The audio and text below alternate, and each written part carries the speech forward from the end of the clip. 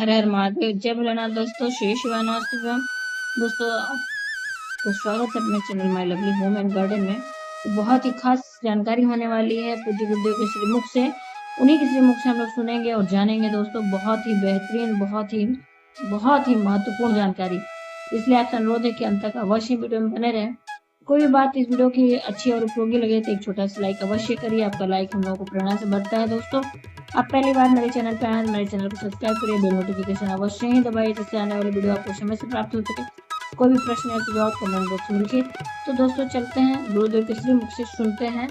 3 पत्ती का बेलपत्र। अब इस वृक्ष में, इस पौधे में अगर 4 पत्ती का मिल जाए, 5 पत्ती का मिल जाए, कहीं किसी किसी को मिलता है, ऐसा नहीं कि नहीं मिलता हो। किसी को 6 पत्ती मिल जाए, किसी को 7 पत्ती मिल जाए, तो फिर समझ लो कि आज मेरे को 4 पत्ती के रूप में सती माँ मिल गई है, 5 पत्ती के रूप में मुझे उमा माता मिल गई है, 6 पत्ती के रूप में मुझे माँ कात्यायनी प्राप्त हो गई है, 9 पत्ती के रूप में मेरी 9 देवियां प्रकट हो गई हैं। यहाँ तक शिव महापुराण कहती है कि बेलपत्री की 3 पत्ती के वृक्ष में 51 पत्ती तक का भी पौधा देवी प्रकट कर देती है, क्योंकि पार्वती का जो जन्म है वो 52वें नंबर का है, 52 नंबर का। इससे पहले माता पार्वती के 51 जन्म हो चुके थे। माता पार्वती 51 बार प्रकट हो चुकी थी। शिव जी के गले में जो मुंडों की माला है वो 51 मुंड की माला। 4 पत्ती का जब बेलपत्र मिलता है तो 4 पत्ती के बेलपत्र को शंकर जी पे चढ़ाकर 1 लोटा पानी नहीं चढ़ाया जाता।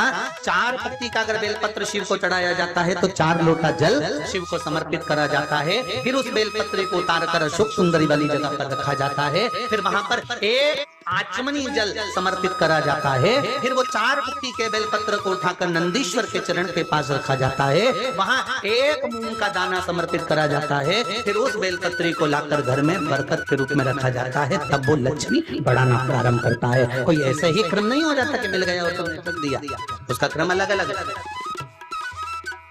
5 पत्ती का बेलपत्र, ऊपर जो जलाधारी टंगी होती है उस जलाधारी का स्पर्श कराया जाता है, शिवलिंग पर चढ़ाया जाता है। मात्र 1 लोटा जल 5 पत्ती के बेलपत्र पर चढ़ता है और 5 पत्ती का बेलपत्र दरवाजे पर खड़े होकर भगवान शंकर के गण भृंगी का स्मरण कर श्रृंगी का स्मरण कर उसको लाकर बरकत में रखा जाता है। 5 पत्ती।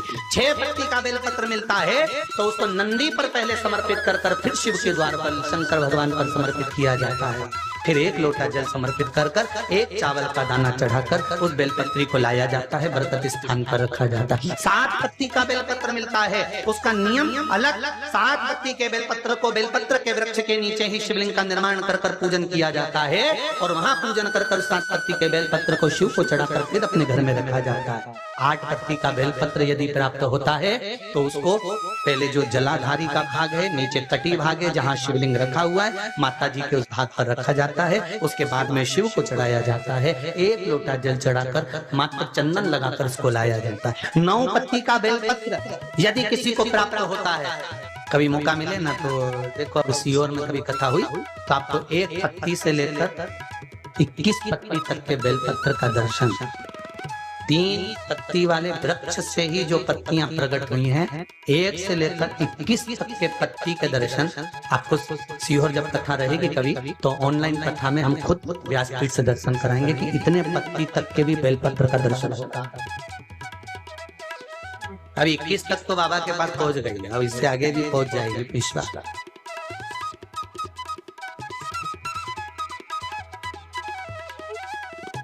बेलपत्र उसका पूजन आपको अगर मिले 4 पत्ती का बेलपत्र तो आप ये परली बैजनाथ की कथा कौन से दिन की है? अरे बोलो जम के 3रे दिन की कथा लिख के रख लेना कि 3रे दिन की कथा में हमने परली बैजनाथ की कथा में बताया था कि 4 पत्ती का बेलपत्र मिले तो तुरंत सर्च मारो और निकाल लो कि इसकी पूजन ऐसे करना है। 5 पत्ती का बेलपत्र मिल गया कहीं से तो उसकी पूजन ऐसे करना है। पर ये नहीं कि वो 6 पत्ती का बेलपत्र का पेड़, 5 पत्ती का बेलपत्र का पेड़ उसमें से तोड़ के लिया, नहीं, 3 पत्ती के बेलपत्र में अगर वो पत्ती मिली है तो फल, तो